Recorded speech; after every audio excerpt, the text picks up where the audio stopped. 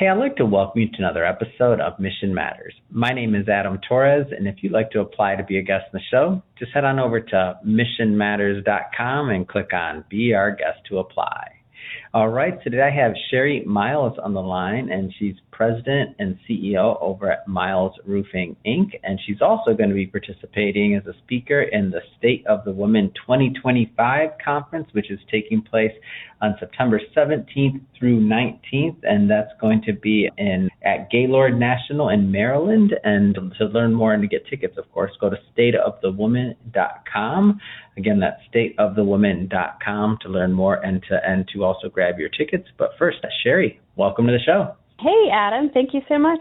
It's a pleasure to be here. So this is my second year covering this conference, and every year I cover the conference so far. It's only the second, but I look forward to working with the conference many, many more years to come. But I just always have the best guests. I always hear these stories of different business owners, entrepreneurs, and really it keeps me in front of what's going on as well in your neck of the woods. But so first thing I want to know, Sherri, is how did you get connected to the conference, to Gail, to the whole network, and really the community that is surrounding the State of the Women? How did that all take place?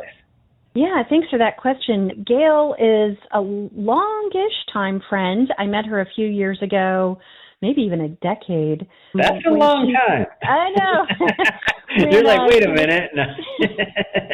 When she was starting some women's groups down here, getting gatherings of business owners, women in business, some dinners just to get to know each other and then put some more content to that. And then I started going up to Richmond to some of her events and have gotten to know her personally. She's an outstanding person to know for sure. She's well connected. She's smart as a whip, and she is truly invested in each woman that she encounters. It's really to be around her is really great. And so I have not been able to go to the State of the Women before, but have read about it and excited that my calendar allows for it this year, and excited to be a speaker there as well. That's wonderful. What's one of the things that draws you to the conference, the opportunity, and just the organization as a whole? And I ask this even though you haven't been before yet. You've known Gail for a while, and I agree with you. Like, super smart, and I just noticed that she just attracts good people. What draws you to this? I think it's women helping women. We really just look out for each other, learn little tidbits in the work-life balance, how to negotiate our salaries, how to negotiate contracts, how to brand ourselves in our businesses, in our industries, but also just the human connection and getting to know people that have done this before me, that are going through it at the same time, and then also seeing a younger group or younger in their career group coming up and having similar questions, but then I learn a ton from that as well. Every event I've been to has been super engaging and super, I don't want to say, almost electrifying of like the people, like you said, there's such a diverse group of people. They're bankers, they're lawyers, they're finance people, they work in academia, they're sports, they're athletes, they're professional athletes. It's a really cool and interesting group of women. Yeah, I couldn't agree more. That's awesome. And excited to hear more about what you're going to be talking about. Now, we won't spoiler it because this is going to come out before the conference. So keeping it high level, what are some of the themes and or things you're going to be presenting at the upcoming conference? Yeah, I'm going to be on a really engaging panel about, in broad terms, the leadership landscape and what's coming up, what's changing and what's coming up. As I've developed it as a leader through my career in a male majority industry, both at my company level, a state level, and working with our state organization and a national level, and even working internationally. It's changed quite a bit from when I started. As far as, advancing women, it's been, I would say, exponentially better in the last 10 years than my first 20 years in this business. So I have many stories to tell, but I think it's all for the good.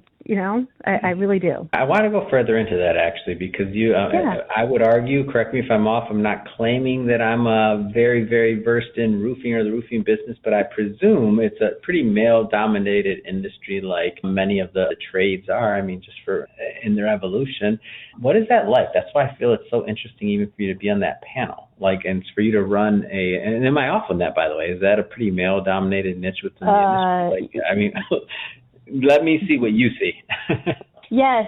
So I like to couch it in terms of male majority. Words matter. And so when we say male majority, it kind of leaves that power dynamic out. Just changing that phrase, I think. I like that. I like that too. Yeah. So instead of saying male dominated, I want to draw that out because I want to make sure. So because I want to correct myself too. I like that. That's way better. Well, so and I don't mean to correct male you. Dominated. Right, no, I want to correct me. What instead of saying that, that does add a power dynamic that I didn't even think about. How should we say it? Give me that one more time, please. I've been using male majority. Male majority. I like that. Which is kind of a neutral, it shows more that accurate, too. It's more accurate. Right. Well, as it changes, yes, as we are changing, which is good. Because I think the way we speak about ourselves is the first step, right? When we can pour into ourselves and speak about ourselves in a position of leadership, we are a leader.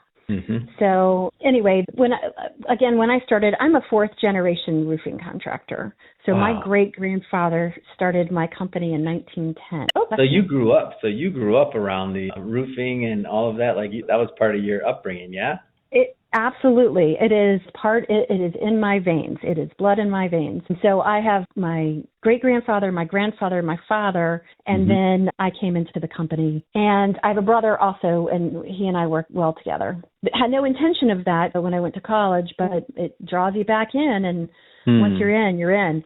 But it's been a really wonderful career for me and my family. It's something new every day, and it's exciting. And the changes that have been made in the industry throughout the years in terms of technology, in terms of advancement for women, in terms of lifting up and making sure that culture is important in your company, not just production, that we really care for people and that we talk a lot about living into our purpose-filled life.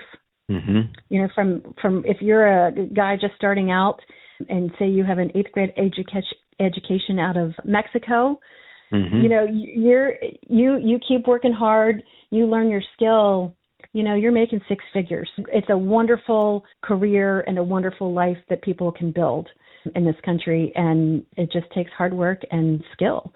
And, we take care of people so that they can keep going. We make sure they're warm, safe, and dry. Churches, schools, hospitals, homes. We want to protect you so that you can do what you need to do and live into your purpose-filled life. So it's really a calling.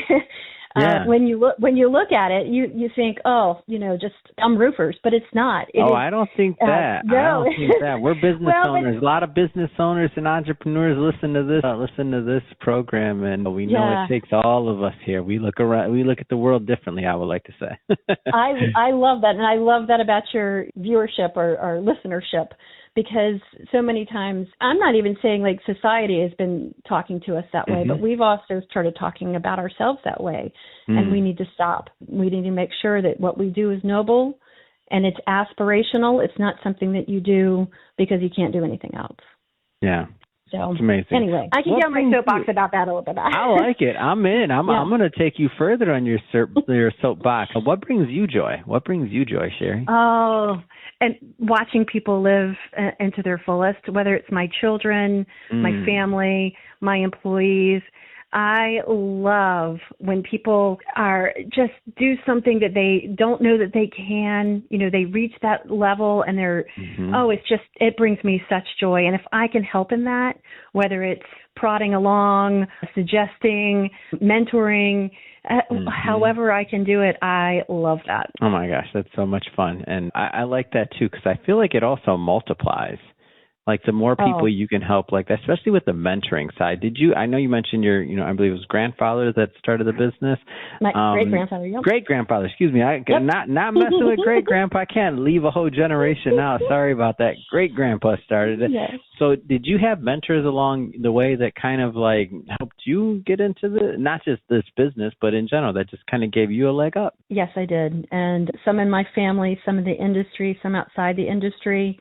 I think that's really important, and I think it's so great that when you get to a point in your own career where you can start doing that for others. I certainly know that I didn't get here on my own. I'm riding on the shoulders of the women and men but a lot of the women that have come before me. And so it's a responsibility, but it also, is also an awesome responsibility, right? There's greatness in that. It's awesome. Sherri, this has been great having you on the show today and learning more about your background, your family's background, and also just to connect it to what's going to be happening in the State of the Woman 2025 conference, which for everybody listening, again, that's September 17th through 19th. You can grab tickets at stateofthewoman.com. But Sherri, if somebody wants to follow you and follow your journey and connect, how do they do that? Yeah, I love to connect with people on LinkedIn. My name is Sherri, Sherri, Miles, Miles. Easy to find me. Yep. Perfect. And for everybody listening, we'll definitely put some links in the show notes so you can connect with Sherri. And speaking of the audience, if this is your first time with Mission Matters and you haven't done it yet, hit that subscribe or follow button. This is a daily show. Each and every day we're bringing you new content, new ideas, and hopefully new inspiration to help you along the way on your journey as well. So again, hit that subscribe or follow button. And Sherri, thanks again for coming on the show. Thank you, Adam.